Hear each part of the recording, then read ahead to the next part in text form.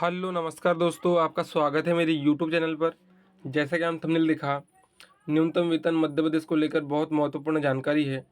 जैसा कि आप सभी जानते हैं, 1/4/2024 से न्यूनतम वेतन में वृद्धि की गई थी और जब उस पर स्टे लिया गया तो मई में स्टे लेकर के नई दरें, जो पुरानी दरें थी वही लागू की गई थी, सिर्फ महंगाई भत्ते के साथ में। मैं आपको बता दूं, अभी वर्तमान में जो स्टे हटा है, इसकी अधिसूचना को लेकर कई सारे संचय बने हुए हैं। एक विज्ञप्ति आई है कर्मचारी संघ द्वारा, उसमें बताया जा रहा है कि अब जो वेतन निर्धारण होगा वह 1/4/25 से होगा। अभी बीच में अधिसूचना जारी नहीं होंगी। देख लेते हैं विस्तार पूर्वक। दो महत्वपूर्ण विज्ञप्तियां हैं, थोड़ा वीडियो में बने रहिए, देख लेते हैं विस्तार पूर्वक। अब कर्मचारियों ने उठाई 9 माह के एरियर की मांग। उच्च न्यायालय की इंदौर बेंच द्वारा श्रमिकों का वेतन बढ़ाने संबंधी आदेश पर रोक हटाने के बाद कर्मचारियों में जहां खुशी की लहर है, वहीं दूसरी ओर संगठन इसके बाद बकाया 9 माह के एरियर की मांग करने लगे हैं। इसके लिए श्रमायुक्त को पत्र भेजा है।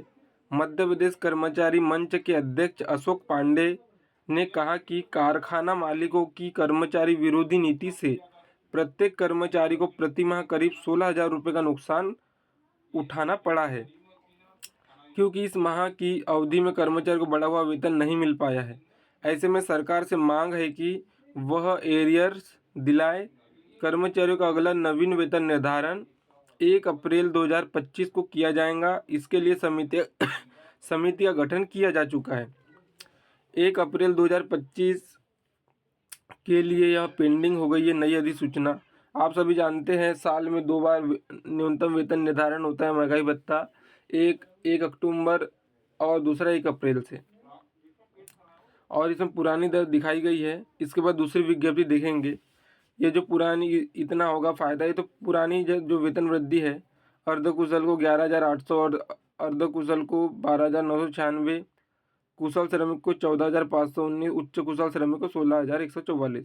अब देख लेते दूसरी विज्ञप्ति। 5 साल से वेज रिवीजन बोर्ड को तरस रहे 10 लाख कर्मचारी, पंचायत से लेकर मंत्रालय तक संभालते काम। मध्य प्रदेश में मंत्रालय से लेकर पंचायतों तक आउटसोर्स अस्थायी अंशकालीन 25 दिवसीय कर्मचारी काम करते या बिजली, स्वास्थ्य, राजस्व विभाग जैसे महत्वपूर्ण काम करते। कुल मिलाकर ऐसे कर्मचारियों की संख्या 10 लाख के आसपास है। इनके वेतन आदि के लिए 2019 में वेज रिवीजन बोर्ड गठित किया गया था, लेकिन इन्हें इसकी सिफारिश का लाभ भी नहीं मिला। बोर्ड के कहने पर कमलनाथ सरकार ने वेतन में प्रतिमाह 1942 रुपये की बढ़ोतरी की थी। लाभ मिलने से पहले ही मध्य प्रदेश टेक्सटाइल एसोसिएशन ने हाईकोर्ट में याचिका लगा दी और स्टे मिल गया, जिस पर अब 3 दिसंबर को सुनवाई होगी। सुनवाई की तारीख आते ही अब वेज रिवीजन की बात फिर होने लगी है। नियमित कर्मचारी कभी नहीं चाहते कि आउटसोर्स पर कर्मचारी रखे जाए, फिर भी कम वेतन में काम चलाने के लिए राज्य सरकार ने आउटसोर्स कर्मचारी रख लिए। अब उन्हें भी सम्मानजनक वेतन नहीं दे पा रही है। 2014 में निर्धारित वेतन दिया जा रहा था। इन कर्मचारियों को वर्तमान में वर्ष 2014 में निर्धारित किया गया वेतन दिया जा रहा है। जब 2019 में वेतन निर्धारण किया गया था, उसे कैंसिल किया गया था। अगर 2019 से यह दरें लागू होती तो आज काफ़ी वेतन वृद्धि सभी श्रमिकों को दिखने मिलती। इसमें साल में 2 बार 20 से 80 रुपये महंगाई भत्ता जोड़कर दिया जाता है। 2019 में 25% की वृद्धि हुई थी, जो लागू नहीं हो पाई।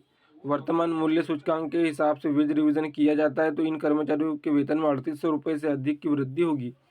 बता दिए कि प्रत्येक 5 साल में वेज रिवीजन करने का नियम है और 2024 में इसका रिटर्न है। हम आशा करते हैं अधिसूचना चाहे इस माह जारी हो या 1 अप्रैल 2025 में जारी हो, लेकिन सभी कर्मचारियों को एरियर मिले, इसकी प्रमुख मांग सभी कर्मचारी संघ ने उठाना चाहिए।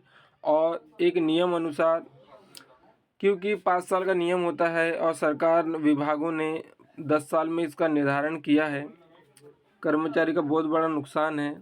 हम आशा करते हैं एरियर सहित सभी को भुगतान हो। अधिसूचना 1 अप्रैल 2025 जारी हो या इस महीने जारी हो, सभी को एरियर मिले। धन्यवाद।